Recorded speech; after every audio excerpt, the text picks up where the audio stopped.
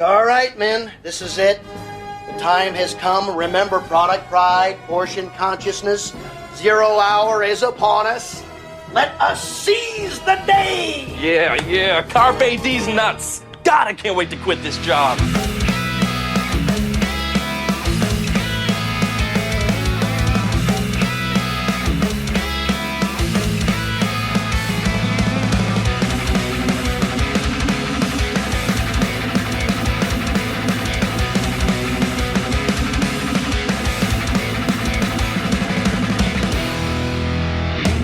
We're back, baby. Just like that.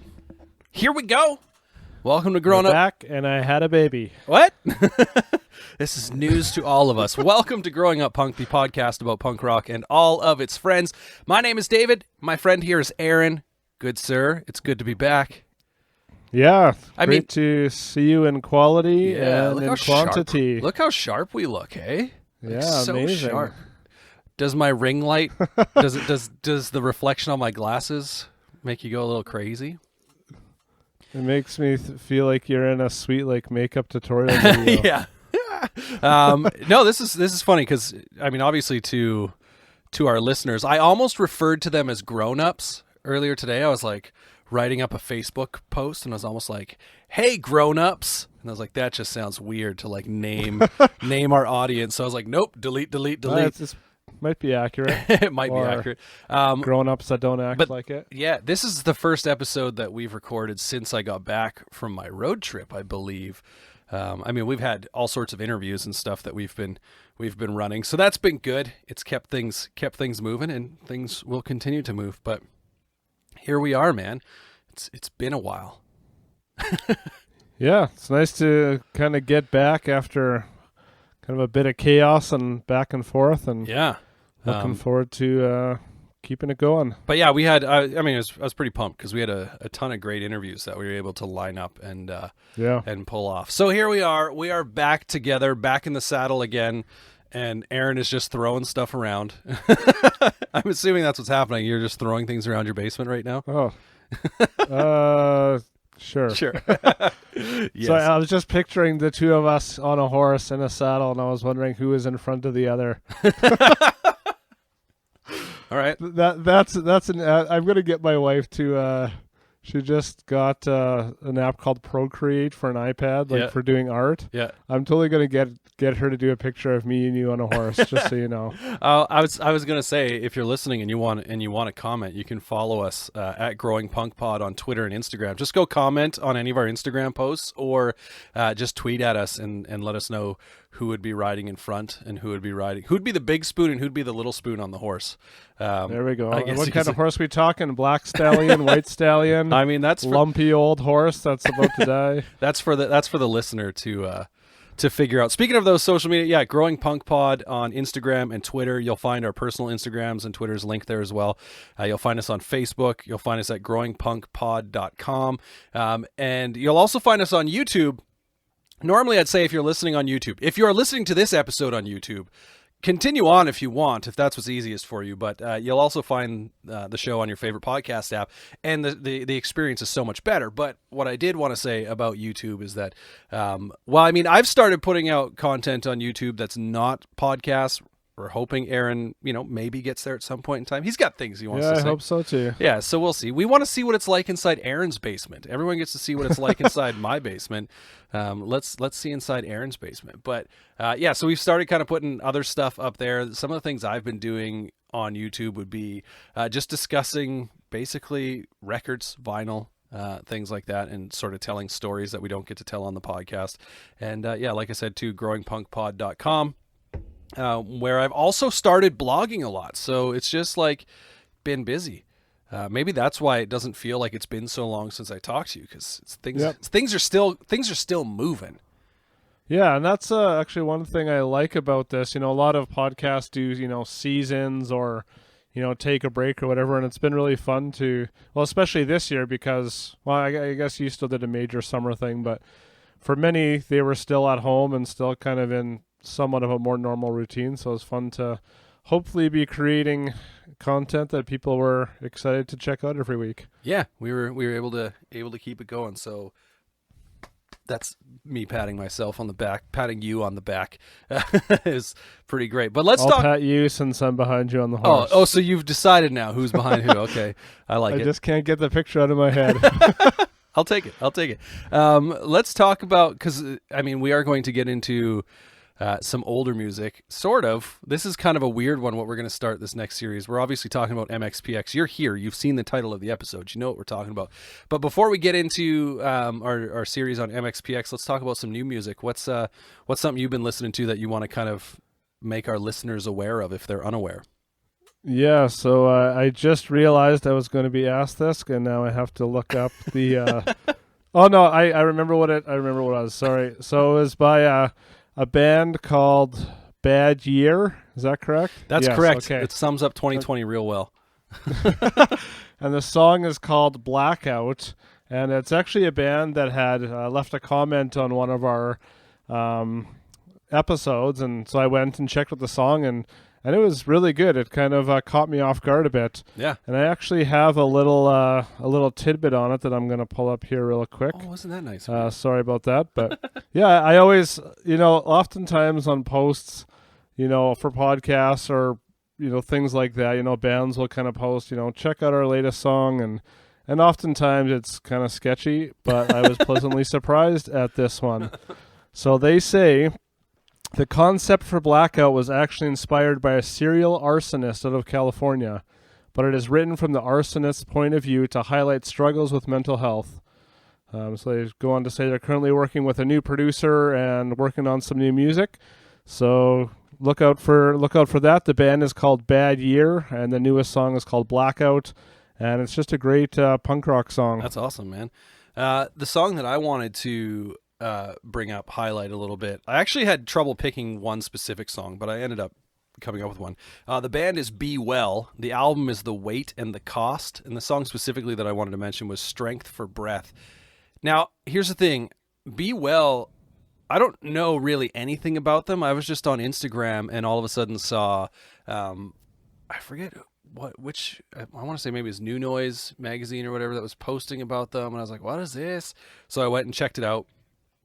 And I was immediately kind of like blown away. I guess you said you'd shared it with me at some point, but I have a terrible memory, and I either I did listen to it and then just forgot about it, or what have you. But coming back to it, the album just came out a few days ago from when we're recording this. It's melodic, it's heavy, it's fast at times.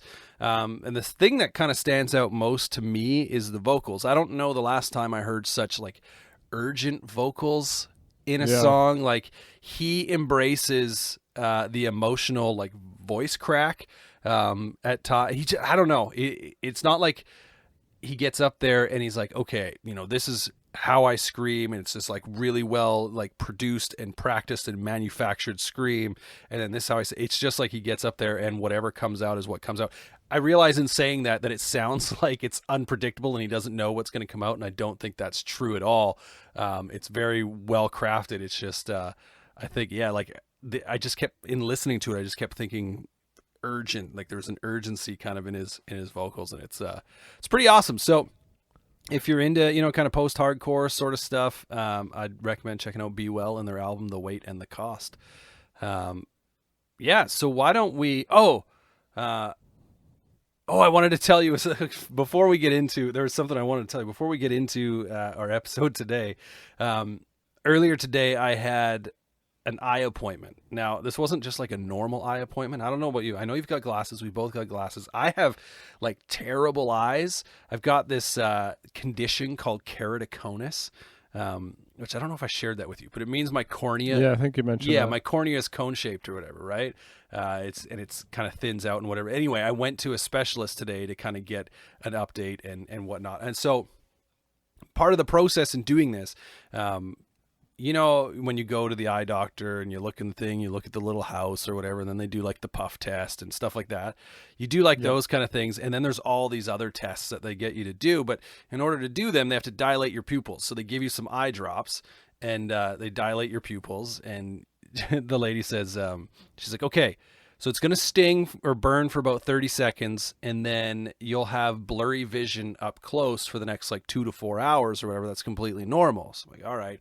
So she does it, burns for a couple seconds, whatever. That's all good. So we have to go back out to the waiting room to kind of like wait until we're called up and they let the eye drops do their thing or whatever. And I brought a book with me because I was like, I don't know how long I'm gonna be sitting around for, because they said we'll be prepared to be here for a couple hours or whatever. And so I was like, all right, well, we're gonna be waiting for another 15-20 minutes. I'll pull my book out. Pulled it out, and within like 2 seconds, like, nope, put it right back, because I was wearing my glasses, but my vision was so blurry. Like it was weird, because it wasn't like this thing where I felt like, man, everything got blurry, because everything at a distance was still the same clarity. It was just now weird. Everything close was blurry. Yeah. So I like pulled the book out and I'm like, what? And just like held it like right in front of my face. Like, this is crazy. Put it away. I was like, well, that's obviously not happening. I guess I'm just going to sit here and wait now. But yeah, so I thought that was funny. And I thought I would share it because she just told me it's going to be blurry, but here I am trying to read. So. Well, you could just stare off the distance and think emo thoughts. That's right. Speaking of thinking emo thoughts and emo bands, why don't we talk about the emo era of MXPX? Because yes. I think that's the best way maybe to describe this record. First, we're going to start with before everything and after. So you, I guess, prepared notes for this, but maybe I just wanted to share, kind of like a story up front, and then you can kind of dive in a little deeper maybe, because this was probably the first album that I wasn't rushing to the store to pick up from MXPX.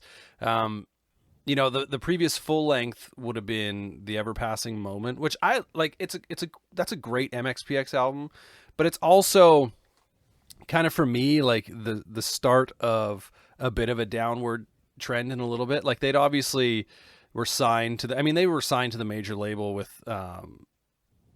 what's it called? Slowly Going the Way of the Buffalo. Yeah. But this one felt the first like real one where they were trying to cash in on that. Like The Ever Passing Moment did. It felt like the first one where they're really trying to cash in on that. And then this album, Before Everything and After, I was kind of like, okay, yeah, it's out. I was kind of moving on, I feel, a little bit at that point. In fact, I had zero plans on buying this record until a friend of mine, he was a coworker. I'm trying to think if we were still working together at the time.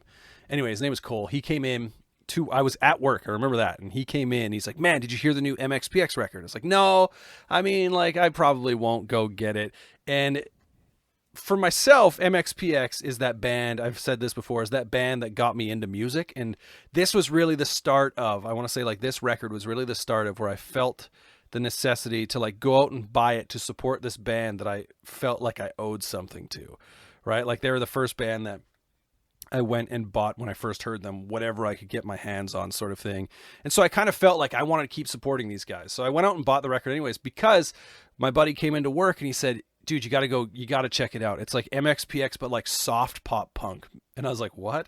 And so, like, obviously this record has piano on it. It's got a lot of different sort of sounds for MXPX on it. It's different feeling MXPX at times. And also, Mike had long hair. It was just like this super weird thing to see, to flip over the back. It's like he's got swoop bangs in his face. But so I did end up buying it eventually. But it was the first one that was kind of like, okay, I don't know if I want to. But so why don't you were you like in line to get this record when it came out, or did it take a bit for you?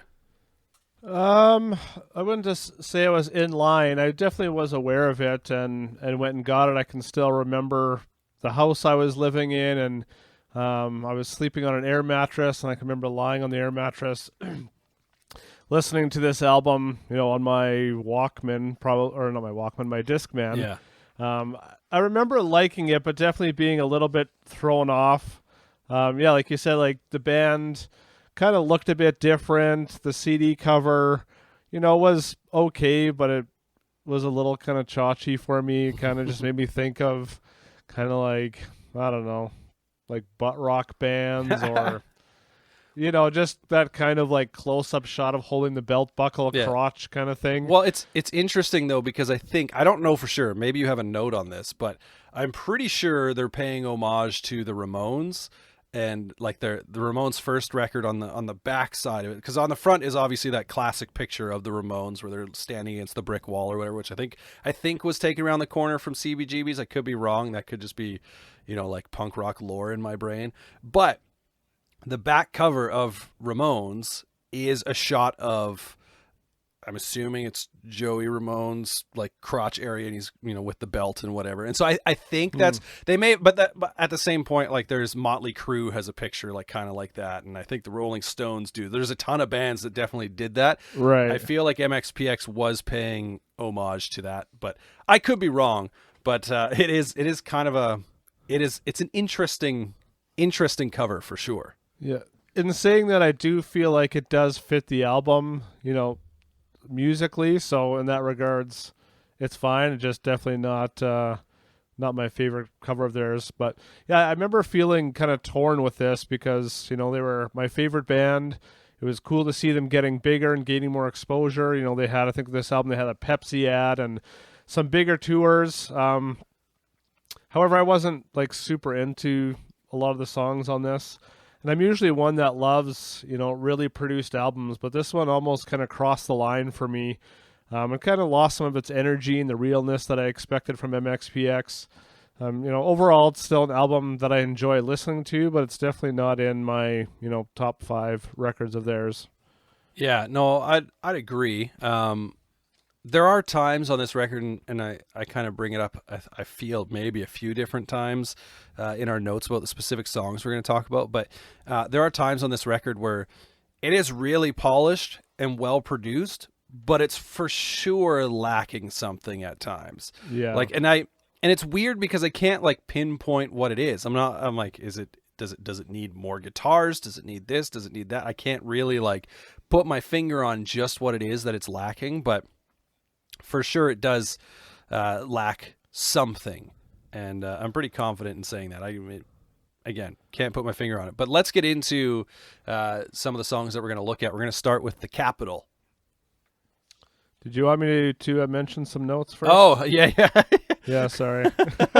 Well, I was just going to say, and just your comment to lacking, I think it's, like I mentioned, just kind of realness. Like, it just seems so almost kind of lasery. Like, even the drums, especially in the faster songs, like the only fill Yuri does is just straight notes on the snare, and it's just almost too perfect. And I don't know, it just doesn't kind of have any kind of ebb and flow to it. It's just very, whatever the word is for. Yeah, the drums definitely, there are times where they kind of remind me a little bit, and we talked about this way back in the day, but they kind of remind me a little bit of Trey Cool in just like really simple and straightforward, which Trey Cool, obviously Green Day is a massive band, right? So you can't really argue with, his method of playing drums and how he kind of goes into it. But it just felt like with this record, Yuri was definitely stripping things back quite a bit. Not that Yuri's ever been, he's not like a Travis Barker busy drummer, right, by any means, but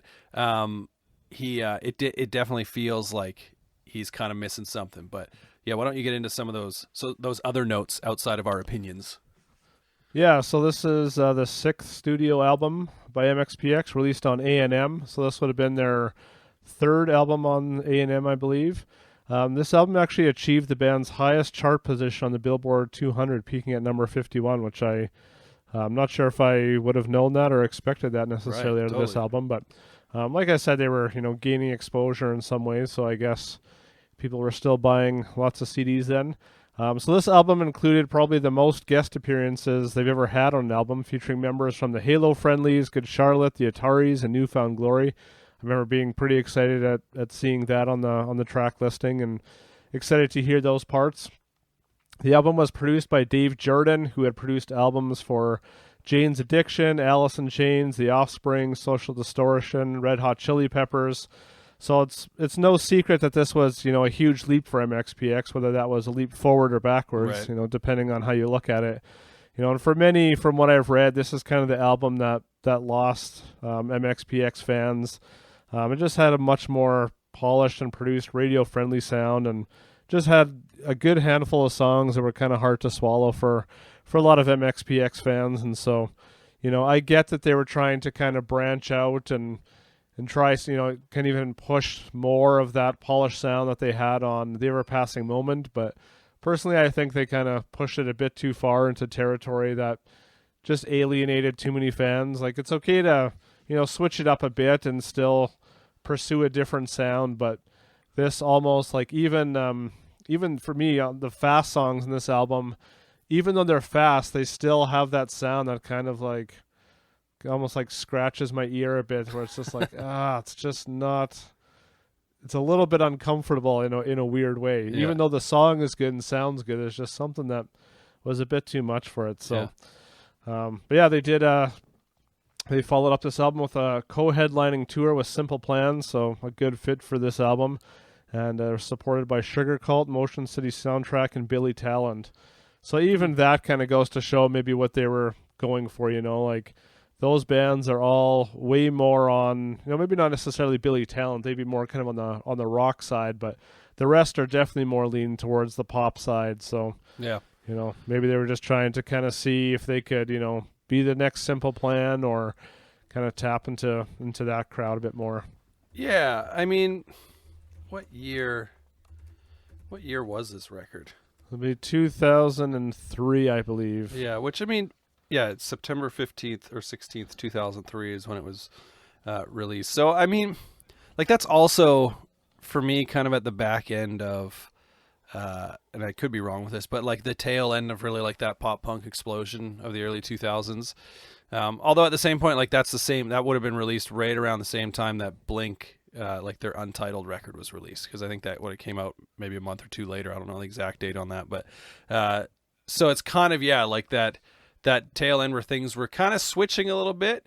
And I mean, they were in that, you got to say, because like that's really when pop punk started taking on a little more emo influence, right? Like we're not very far away from like Fall Out Boy really coming into their own sort of thing.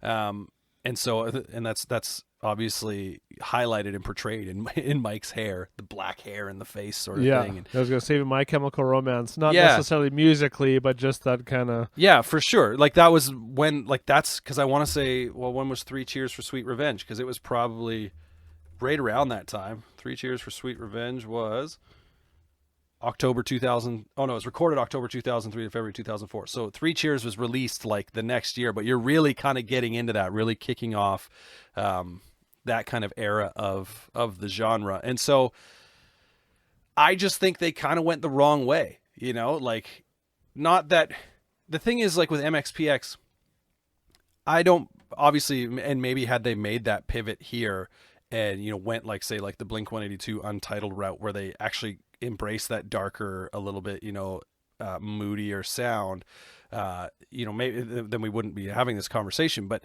instead, I think, they went for that, trying to hang on to that really clean pop punk sound when we were starting to get a little sadder. So, right, they kind of had the look that fit what was coming up, but I think they just kind of missed it. But, it was lacking some grit, as I listened through this album, there's just, there's none of those kind of darker, moodier, gritty songs that MXPX can do really well. Yeah. So obviously they weren't going for that on this album, but, maybe had they, it's just a bit too soft lyrically as well, which we can get into later. But well, let's get into. I teased it because I tried to jump into it. See, this is what happens when we don't record together. For quite some time, we lose our rhythm. But let's get into the first song we're going to look at, which is The Capital. Yeah, so this is one of the, there's I think 2 straight fast songs on this album. So I mean, for me, ones that I'm drawn to. This one almost has, maybe even the whole album at times, but this one almost kind of an arena rock sound with that opening guitar part. Yeah. And the ending, it's kind of got that clean guitar with, I don't know what the effect is on it, but it reminds me of a band that wouldn't be MXPX. It's kind of almost a weird mix of styles, as most of the song is very fast, but it just seems like something is missing or out of place, and can't really, maybe it's just, too clean, which we've mentioned, but overall I really like the song. A part of that is that, like I said, I'm drawn to the speed of it. I really like the verses, but the chorus really falls short for me on this one. It's just got kind of a different vibe for a fast MXPX song.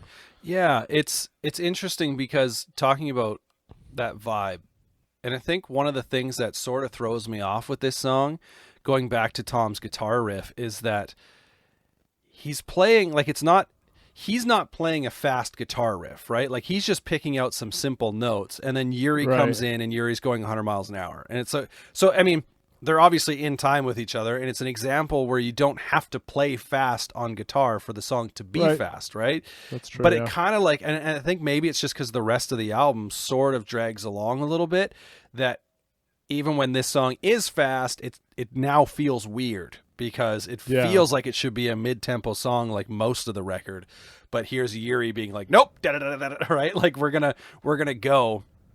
I mean, like, I like the song all in all. Like it definitely lacks something overall.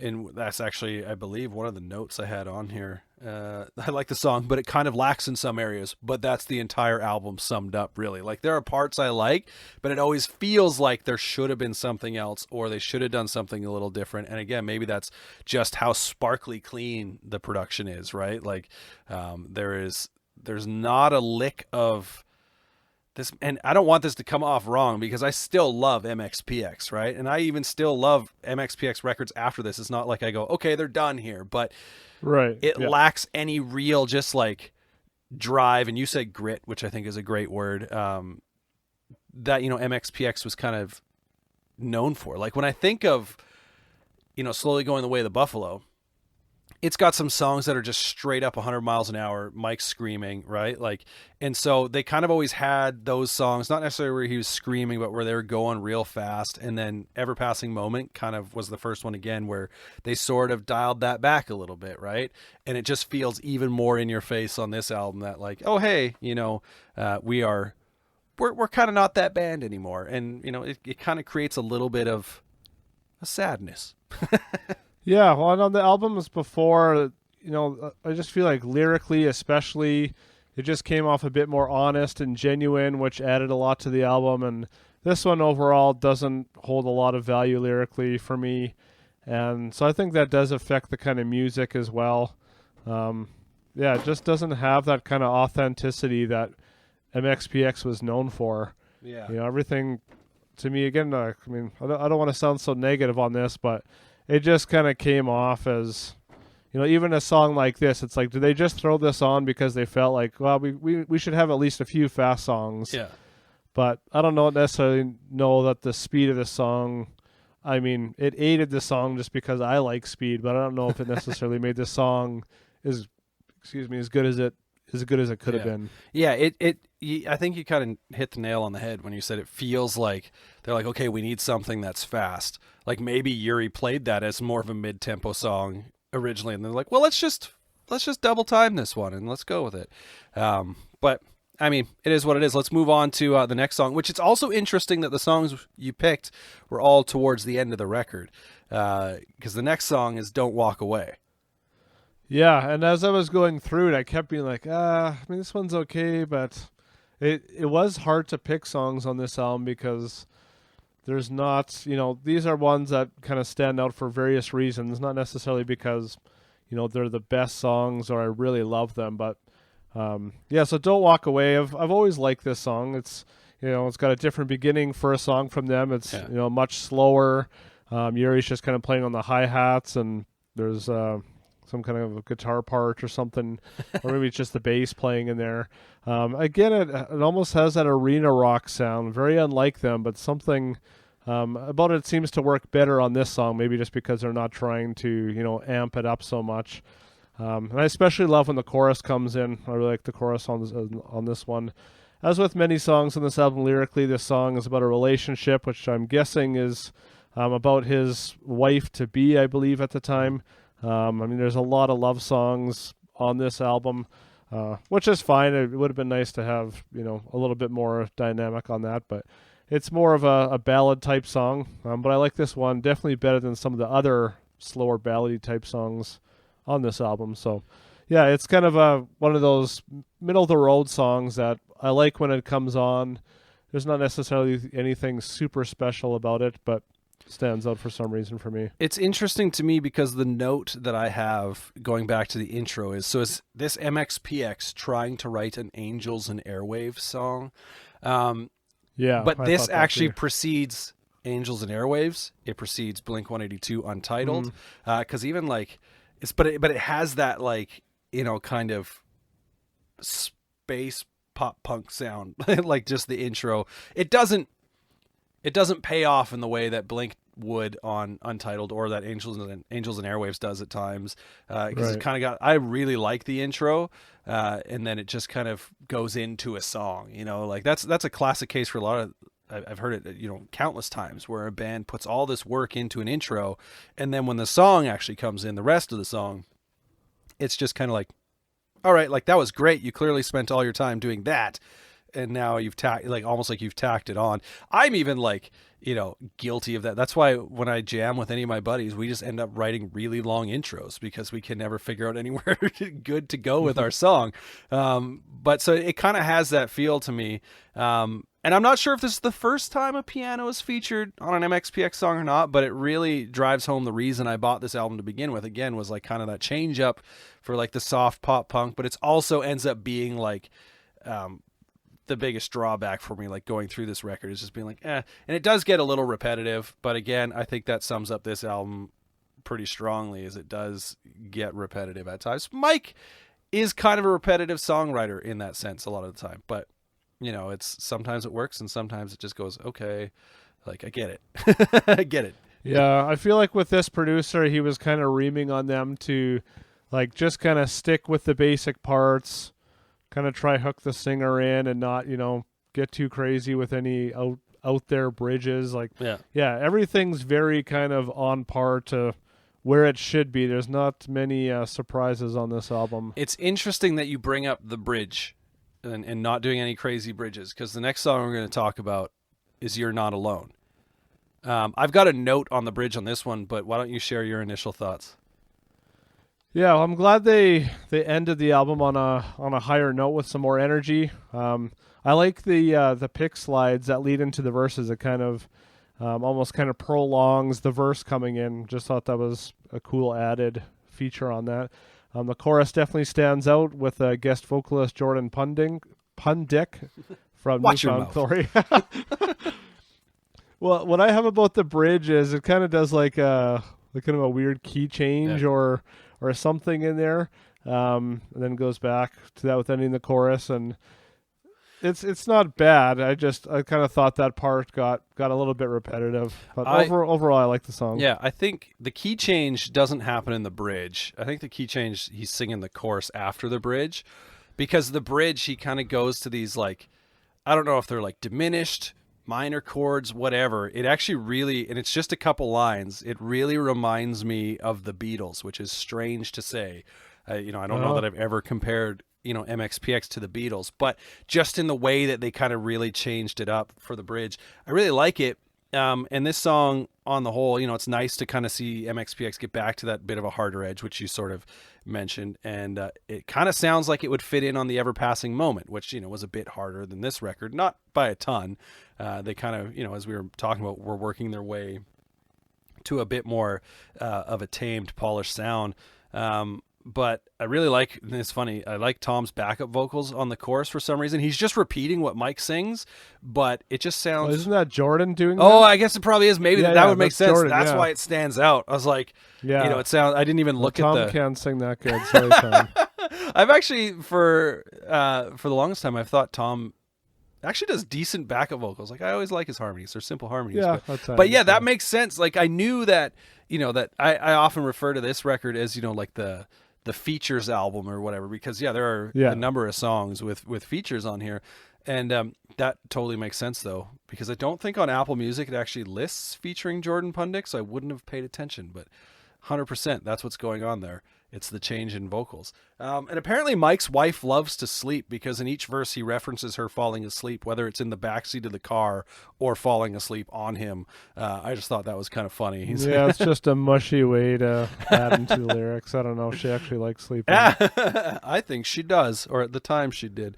But did you have any other notes on Before Everything and After that you wanted to share? No, not specifically. Just, one of those albums that I don't mind if it comes on, but it's never going to be the one that I specifically pick to listen to if I'm craving them. Well, in that sense, then, let's get into Panic.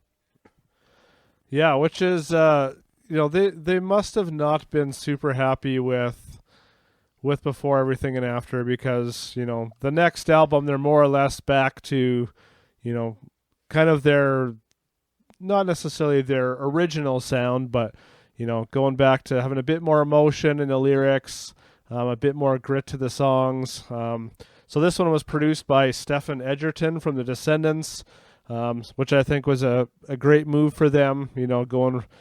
so there's a lot of things that change in between here. They left the major label. They're back with a punk producer, back on a punk indie label, Side One Dummy. So I don't really know what happened with their major label. I'm assuming, they just weren't big enough. And then yeah, I think they were just done. Like because that was their third record, right? Yeah. Well, yeah, and I think A&M even re-released Life in General. So yeah, I'm not sure. I feel like it was just that was kind of the end of their deal. Maybe later on. Yeah, which could have been. And I'm glad they didn't pursue something else. I think they're better suited for kind of the independent world. And, they got that record out of their system. And, I mean, I'm just kind of putting words in their mouth and assuming. But with an album like this, it's like, okay, they're kind of back. Yeah. And they keep that up, until currently, right? They never really... They still do have poppy songs, but not near to the extent that the Before Everything and After had. So right. So I was happy they went back to this. They still have some of the poppier radio-friendly elements, but with bringing in some of that grit again. So this was supposedly a breakthrough album when the single Heard That Sound proved a minor radio hit. It also featured Blink-182's Mark Hoppus on Wrecking Hotel Rooms. Yeah, and then the co-headlining tour they did for this one was with the Starting Line. So again, still keeping it, fairly poppy. Which is interesting because none of these bands, and also they had support from the Matches and I Am the Avalanche. So again, none of those bands were really in, well, I shouldn't say not in the punk rock realm. They were in the overall, right. But I would have expected an album like this to, just be supported by bands. I can't even think of any come to mind. I think of Rise Against. I feel like they would have been a great support for Rise Against. Right. At this time, right? It was this 2006. Yeah. So that's still when Rise Against was kind of more in their 2005. Sorry. Or 2005. Yeah. Sorry.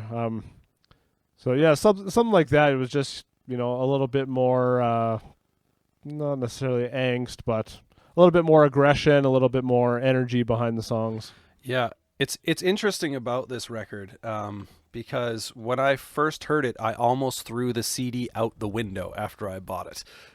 Oh, like if it wasn't for it that much, if it wasn't for my friend Amos who was with me, that CD would have ended up on the side of the road, probably shattered by another vehicle that drove over it.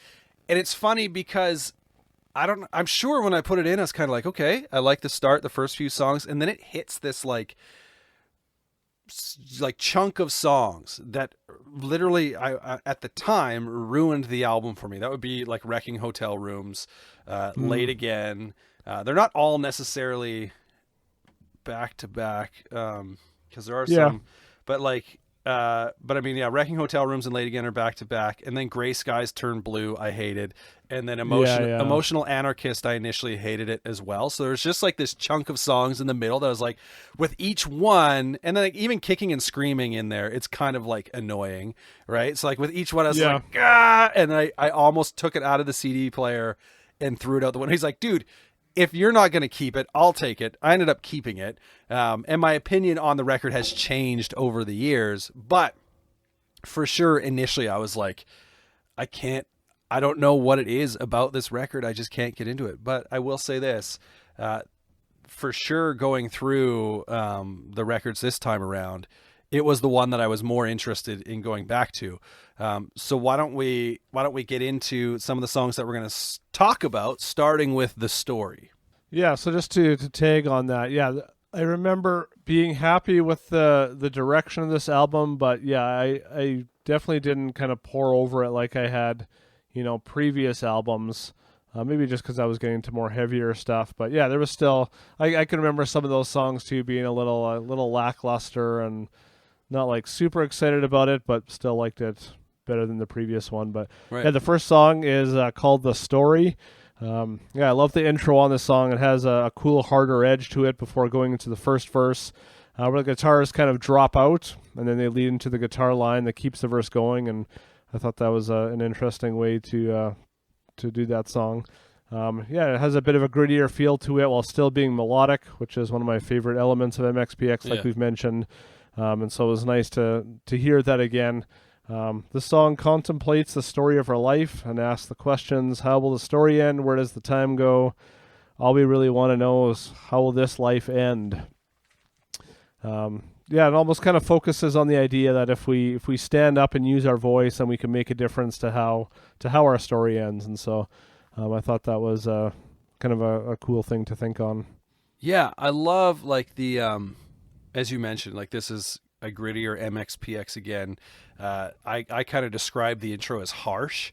It kind of sounds harsh and then kind of leads into a darker sounding MXPX than what we had just heard on Before Everything and After. The chorus is super catchy in kind of an annoying way, because I feel like he repeats the words, but also like quickly and right back to back sort of thing. Like, yeah, that's true. But the second verse, I think, is maybe, for sure on this record, and maybe all time, some of Mike's best lyrics. When he says, "Can I get a new soul? The one I've got's been trampled on. That. The push and pull like a bottle of gin at Al-Anon. Can I get a new heart? The one I got works way too hard, like a prisoner of war that's come home bruised and scarred." It's so good. And yeah, we need more of that, Mike. Right? And like the Al-Anon lyric, I was like, what the heck is Al-Anon? And then I was like, oh, Alcoholics Anonymous. makes perfect sense. So it's honestly, this song has always kind of stood out from the and you know, like I said, the album I think started strong for me in the first place, and this is like the last before it kind of hits the sour point for me. So I've always kind of really dug this song. But why don't we get into the next one on the list, which is Emotional Anarchist? Yeah, so again, this was, when I picked this one, I kind of went back and forth, because I do remember not necessarily loving this song, but as I listened to it a few more times in preparation for this, I found myself enjoying it. It's got a really catchy chorus on this one. There's not really a lot to this song. It's got repeating parts and a super short bridge. It clocks in at just under 2 minutes, if not exactly 2 minutes. Lyrically seems to play off the idea of someone almost being a fake anarchist, like they want to rebel and want change, yet they're just upset about silly things, or they're just too emotionally invested, versus being able to have some, actual solid validations to what they're upset about. And that's actually the turning point on the song for me, because when I first heard the song, I thought he was literally like describing someone who is like, unhinged emotionally, because, they pissed because you've never been kissed sort of thing. Right. But the take that I have on it now isn't so much just like, oh, you're an emotional anarchist, as in, you let it, and when I say it out loud, it kind of all sounds the same, but it's processing different in my brain.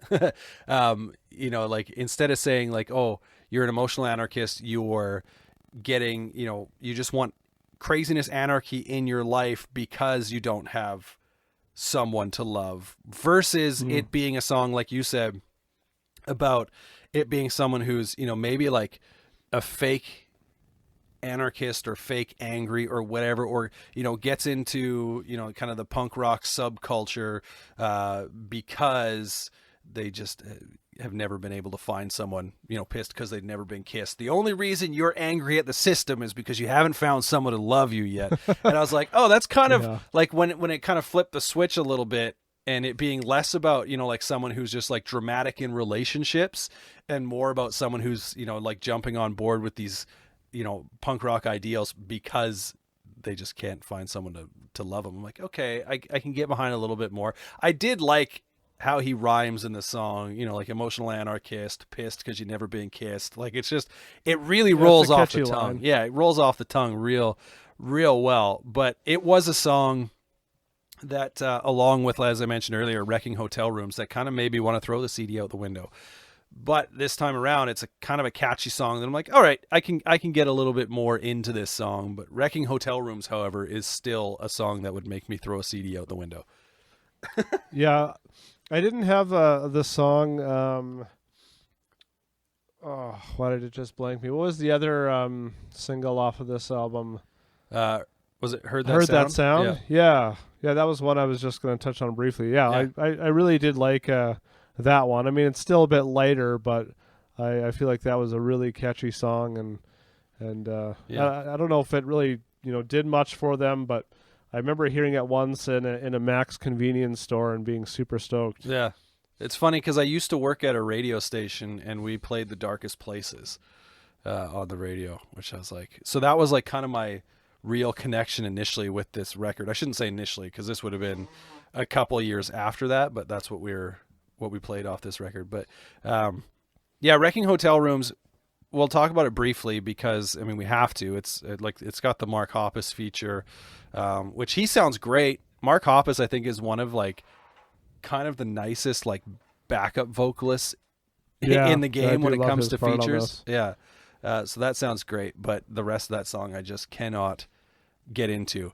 And the video is pretty cringy too. Yeah, right? Is that the one where he's like looking through the door? Yeah, he's on like the bus playing the acoustic with the eyeliner and Yeah.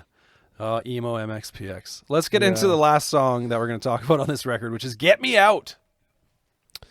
Yeah, so again, drawn to that grittier, darker MXPX. Always love when they put these types of songs on the album. Just adds so much more dynamic to the overall album, and just kind of cuts off that pop edge a little bit more. Mm-hmm. You definitely wouldn't hear a song like this on Before Everything and After. It's also a bit of a darker song lyrically. I'm not exactly sure what he's referring to, but something he wants to get out of, that's for sure. Oh, yeah, right? It's interesting because this song initially, probably in my days of writing this record off, when I first heard it, I thought I just wrote it off as MXPX just trying to appease their fans with stuff that sounded like older MXPX. Like it didn't initially for me. It felt like, well, we've just come from a couple years ago this album Before Everything and After, which was like really a different MXPX, and now we've got this. It feels to me initially it felt a little forced, but now it's easily one of my favorite songs on the record. So I guess in the end they won. They appeased me. But this album for the most part felt like Mike returning to form or even evolving in his lyricism to kind of like higher levels, because he'd hit a point, I feel, lyrically where I was like, okay, like Mike has matured as a lyricist and now he's writing songs that I can kind of relate to as an adult or, as a young adult or whatever, as opposed to being like stuck in, like high school Mike. And I feel like this album really did that. The line in this song, to find a way out, just a sliver of light, I'll crawl and I'll fight and I'll scratch and I'll bite, is just, I think it's a great line. It captures the angst in the song. Obviously the song's got a gnarly sound and it all really comes together. And the end with the screaming and then like the panting, the heavy breathing, just makes me want to listen to it all over again, being like, what is he so worked up about? I like to think of him writing this song like in the studio when they're recording Before Everything and After, and just being like, man, what is going on with this album? Yeah. Or maybe not even necessarily that, but just like, okay, I gotta like just let some aggression out here. And so who knows when he wrote it, but I just like to picture maybe with his long swoopy hair, just like writing this song and be like, okay, I can't put it on this album, but next one it's going on there. Maybe he wrote it when they were working with that other producer. He's like, just get me out of here. Get me out. Yeah. Who knows? Because it is a fantastic song. But I think in conclusion, I used to like Before Everything and After more as an album. And I can't say that anymore. I had written Panic off and hardly ever, kind of came back to it.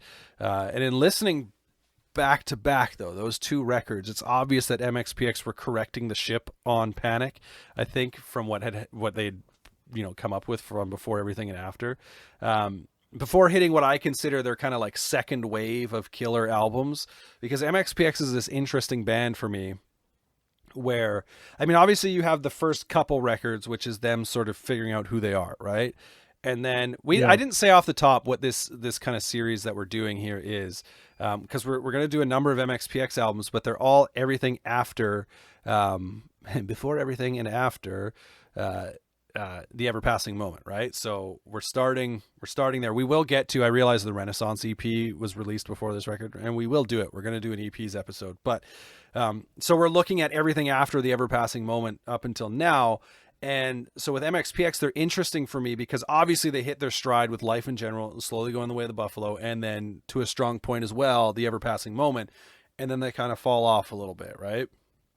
And I think Panic is like the first record, listening to it now, where they're starting to kind of ramp that back up, because for myself, a little bit of a spoiler alert, I really like the next couple of albums that they put out. So it's kind of interesting to go back and listen to this now and be like, okay, I can see them kind of course correcting a little bit. Yeah.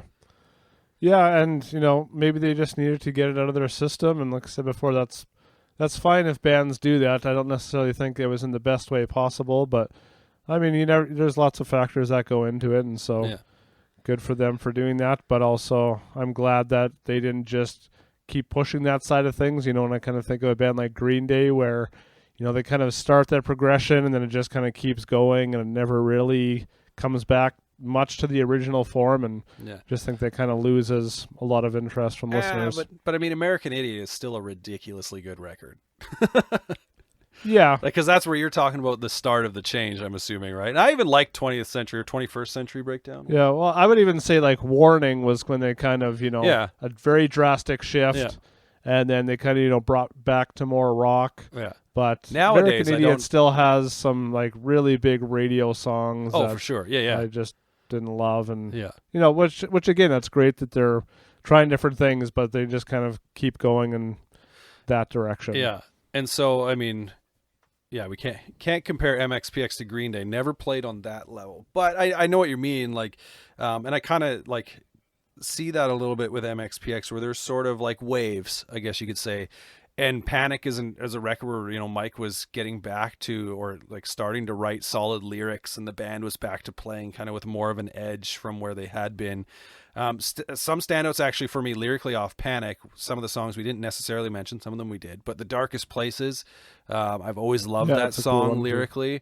The Story, which obviously we talked about, Kicking and Screaming, which initially, like, the chorus kind of annoys me, but the rest of the song kind of gets to me. Get Me Out, obviously, and Waiting for the World to End are some songs where I'm just like, all right, like, these are the lyrics that I can really get behind with Mike. And he kind of gets more into that as we move forward too. But there are definitely still some like bland songs on Panic, like we mentioned, Wrecking Hotel Rooms, Gray Skies Turn Blue. I actually thought in my brain this song is on Before Everything and After, which obviously it isn't, but in my brain that's where, because it's one of the songs I think on here that sounds like it could fit on there. And Late Again, I don't mind the song, but it just gets kind of annoying real quick. Yeah, a little too cowpunk. Maybe a better Tumble Down song. Yeah, well, and that's totally the vibe that I get. And I don't know if Tumble Down was a thing yet at this point. So yeah, maybe I think he started that when they stopped kind of being a full-time band. Yeah, and we've mentioned it. Before Everything and After just kind of feels too polished, lacking any real edge or character. Still some decent songs on there, but my mind has definitely been changed entirely on where these records would sit in my rankings. I used to be like just quick to say, oh, Panic is right at the bottom. And I mean, it's still like, I mean, it's not a top tier MXPX record for me by any means, but it's definitely moved up a little bit in, kind of listening to this. It was the one easily, like I went through Before Everything and After maybe once in prep for this. And part of that's because it was the one that I'd listened to more in the past, but then Panic, this time around, I was like, okay, there's something I missed, I feel, in the past that, kind of looking at it a little differently now.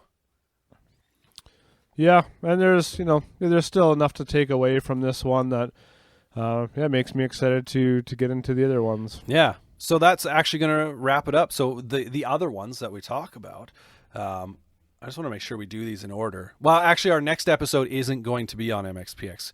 If you've been following along, we we've started doing series, but we like to break them up so that it's not just all MXPX all the time or all Blink when we did Blink, all that kind of stuff. So our next episode is actually going to be, the plan is for it to be on No Motive, because they were a band that both you and I were introduced to by seeing MXPX live, and they quickly became one of my favorites. And I was like, let's talk about it.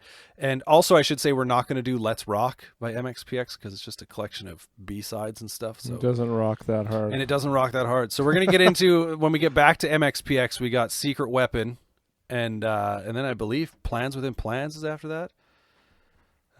Yeah, I think so. Yeah, unless we do On the Cover too. I don't know. Maybe we will. But we'll see where we go. It wouldn't be fair to compare On the Cover 2 to an album of originals, but anyway, that is going to do it. So make sure, again, you go follow us on our social medias at Growing Punk Pod on Instagram and Twitter. You can find us online, growingpunkpod.com. We're on YouTube. We're literally everywhere you find podcasts, as far as I know, unless there's some like obscure podcast app that I don't know. I'm sure there is. But anyway, you can find us basically wherever you want to find us. So wherever you're listening, subscribe, rate, review, tell your friends, all that good stuff. Like I said, go follow us, Growing Punk Pod. That is going to do it for this one. So bye-bye. And just so you know, hot dog, if you do come back, this job won't be here for you. I hope you're right. I am right. You're fired. Why? I mean, I already quit. So. No. Here's how it went down. You walked in, you're fired. All right, and thanks for being so mature about this and professional. I was very professional. You're fired.